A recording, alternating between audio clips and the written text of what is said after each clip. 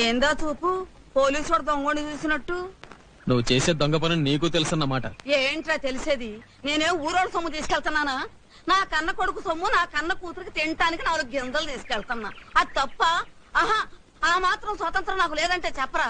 నేను ఇవాళే కట్టుబట్టలతో కాశీకి వెళ్ళిపోతాను. కన్న కూతురికి చెయ్యకూడదని కాదు, చేస్తే తప్పని కాదు.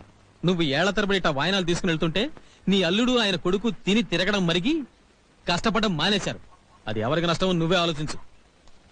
అనమా, రోజు రోజుకి నా ఫ్యామిలీకి నేనంటే అసలు లెక్క లేకుండా పోతుందండి. అనమా, ఏమే అనమా?